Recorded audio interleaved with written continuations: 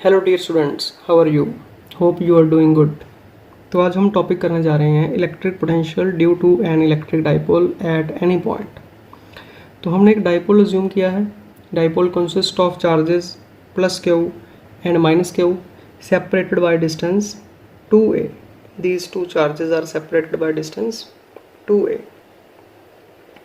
जो कि नॉर्मली हम डिस्टेंस अज्यूम करते हैं दोनों चार्जेस के बीच। तो हम पोटेंशियल फाइंड करना चाहते हैं at point P which is at distance R and R distance is much greater than distance A, means we want to find potential at far off points. This distance is A and this is A. Total distance is 2A and R is much greater than A. तो potential find करने के लिए हमें दोनों charges से distance पता होना चाहिए। तो जो इसका डिस्टेंस है प्लस क्यू चार्ज से, let us assume this is R1, from charge minus Q it is R2।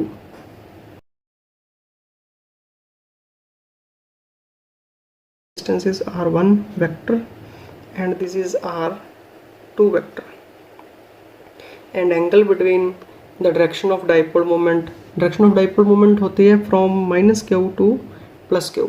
This is direction of dipole moment P and angle between P and R is theta. तो potential find करने के लिए पहले तो हम find करेंगे plus q charge की potential at distance R1। Let us suppose it is V1। तो पोटेंशियल का फॉर्मूला क्या है? Potential is 1/4πε0 charge divided by distance R1।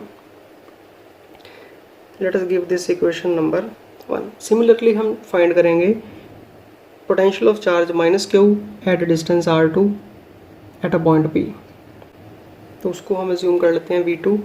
देखो, पोटेंशियल एक स्केलर क्वांटिटी है, तो अगर नेगेटिव चार्ज की पोटेंशियल होगी तो वो नेगेटिव होगी, ठीक है।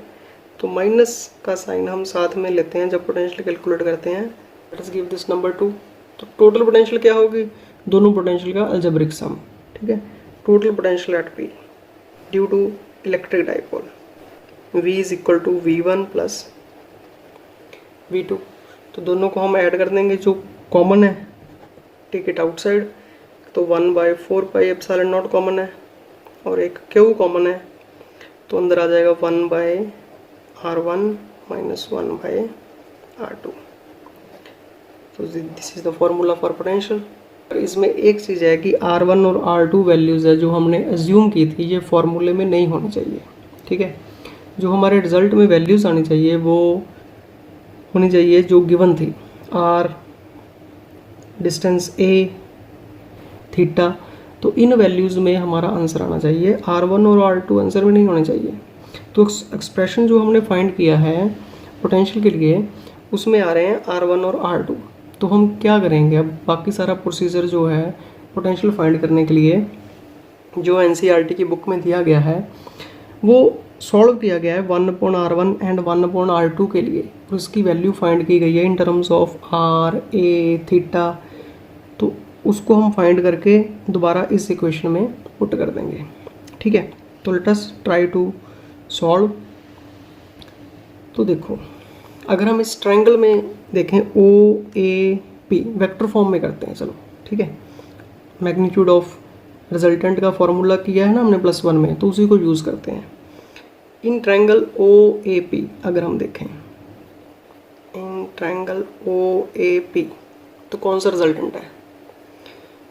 A and R1 are in, so R is resultant, ठीक है। तो we can write R1 plus A is equal to R. We can also write R1 is equal to R minus A. So R1 is equal to R minus A, subtraction of vectors। तो subtraction of vectors का resultant हम किस तरह find करते थे, याद है आपको? चलो एक मिनट, अगर हम इस ट्रायंगल में देखें, इन ट्रायंगल OBP, इसमें ट्रायंगल लॉ अप्लाई करें तो this is direction of A vector, this is direction of R vector, so R2 is resultant. तो R2 किसके इक्वल हो गया? R2 हो गया जी R प्लस A। तो this is addition of vectors तो एडिशन ऑफ वेक्टर्स का हमने रिजल्टेंट फाइंड किया था, r is equal to a square plus b square plus 2ab cos theta. अगर हम स्क्वायर के फॉर्म में लिखें तो we can write this magnitude r2 square is equal to r square plus a square plus 2ra cos theta. और similarly अगर हम subtraction of vectors का रिजल्टेंट देखें किसके इक्वल होता है, तो वो होता है, उसका स्क्वायर करें, r1 square is equal to r square plus a square minus 2ra cos theta. ठीक है, तो देखिए यही स्टेप्स जो है मिसिंग है। एनसीईआरटी में डायरेक्ट मेंशन किया हुआ है from the geometry r1 square is equal to this, r2 square is equal to this. ठीक है, तो we can give this equation number 4 and this equation number 5। तो इससे भी हमने 1/r1 और 1/r2 फाइंड करना है, जो हम इक्वेशन नंबर 3 में सब्स्टिट्यूट करेंगे। तो let us try to find 1/r1। ठीक है, तो इक्वेशन नंबर 4 यूज करते हैं फ्रॉम इक्वेशन 4। ठीक है, तो इस इक्वेशन में से r स्क्वायर कॉमन ले लेते हैं राइट हैंड साइड से।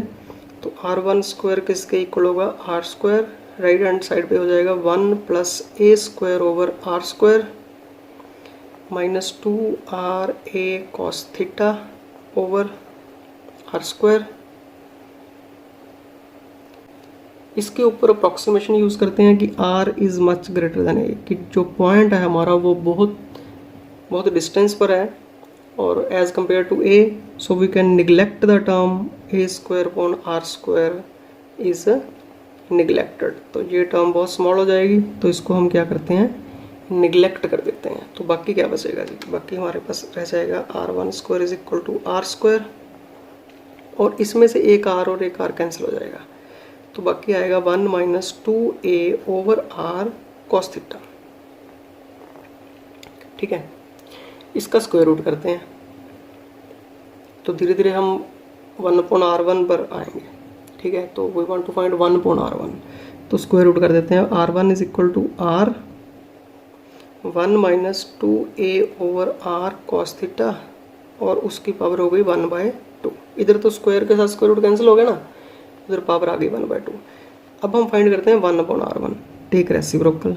तो 1/r1 is equal to 1/r, इसकी सिर्फ पावर चेंज कर देते हैं और रेसिप्रोकल हो जाएगा 1/2a/r cos थीटा, इसकी पावर कर देते हैं -1/2। ठीक है, अब हम यूज़ करेंगे binomial theorem, using binomial theorem. तो बाइनोमियल थ्योरम फिजिक्स में यूज़ करना सबसे सिंपल होता है कि अगर हमारे पास है 1 plus x raise to power n है, और n कोई पावर है जो इस तरह डिफ़िकल्ट पावर है, और x की वैल्यू लेस देन 1 है, तो क्या होता है इसका आंसर 1 प्लस nx, कि ये जो एक्सपोनेंट है, ये जो पावर है, इसके साथ x के साथ अंदर आके मल्टीप्लाई हो जाता है, और हायर टर्म्स हम निगलेक्ट कर देते हैं।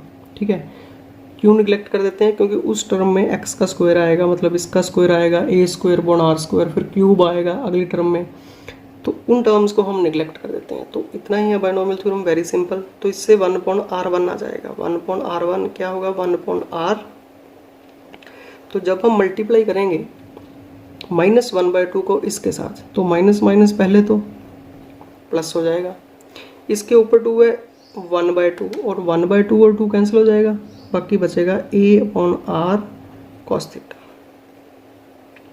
उसको एक स्टेप और सॉल्व कर सकते हैं कि 1/r को मल्टीप्लाई कर देते हैं। 1/r1 किसके इक्वल हो जाएगा, 1/r, अंदर मल्टीप्लाई करेंगे तो a cos theta over r square, तो इसको नंबर दे देते हैं 6। तो भाई देखो, अब जैसे हमने r1 स्क्वायर वाली टर्म से सबसे पहले r स्क्वायर कॉमन करके, फिर a square upon r square neglect करके, फिर उसका स्क्वायर रूट करके, रेसिप्रोकल करके, बाइनोमियल थ्योरम लगा के जैसे हमने 1/r1 फाइंड किया है, सिमिलरली हम 1/r2 फाइंड करेंगे। ठीक है, तो सिमिलरली हम क्या फाइंड करेंगे, 1/r2, और जो 1/r1 की वैल्यू है यहाँ पर पुट करेंगे, और 1/r2 की वैल्यू हम उसमें पुट कर देंगे। ठीक है, तो let us try to solve. तो जैसे हमने 1/r1 फाइंड किया है, सिमिलरली 1/r2 किसके इक्वल हो जाएगा, 1/r2 is equal to 1/r, यहाँ पर माइनस आ जाएगा, a cos theta over r square, इसको नंबर दे देंगे 7।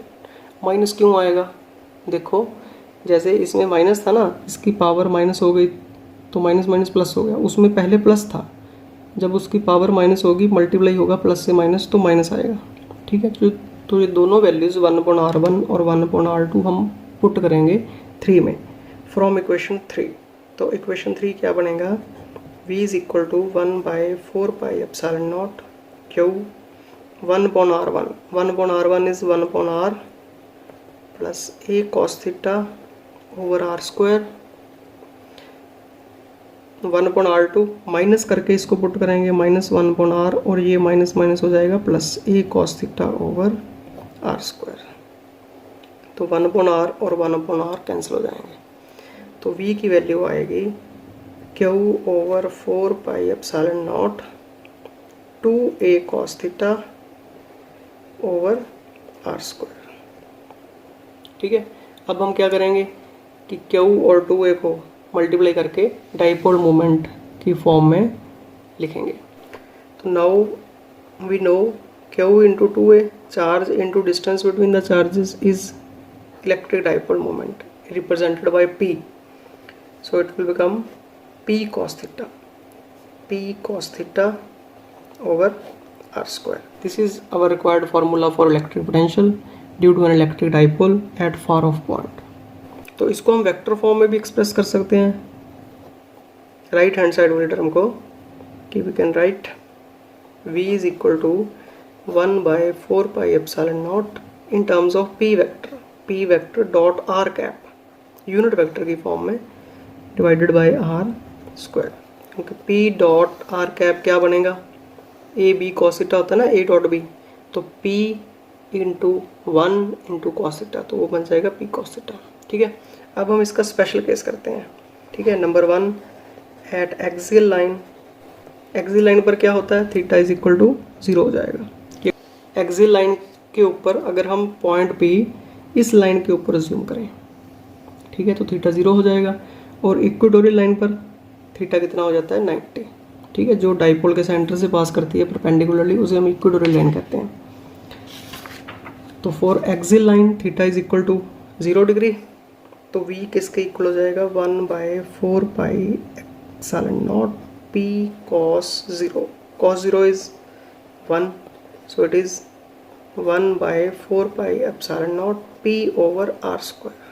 ठीक है, नंबर 2 एट इक्वेटोरियल लाइन, अगर पॉइंट इक्वेटोरियल लाइन पर लाई करें तो थीटा कितना हो जाएगा, 90 डिग्री, तो v किसके इक्वल हो जाएगा, 1/4πε0 p cos 90 over r square. cos 90 कितना होता है, 0, तो सारा आंसर कितना हो जाएगा, 0। सो इक्वेटोरियल लाइन पर पोटेंशियल कितनी हो जाएगी, 0। तो ये था जो एग्ज़ाम में पूछा जाता है जी, बहुत इंपॉर्टेंट है, electric potential due to an electric dipole. So I hope कि आपको ये टॉपिक जो है वो समझ में आ गया होगा। तो आपको ये टॉपिक कैसा लगा तो आप मुझे ये कमेंट करके बता सकते हैं। So all the best, have a nice day.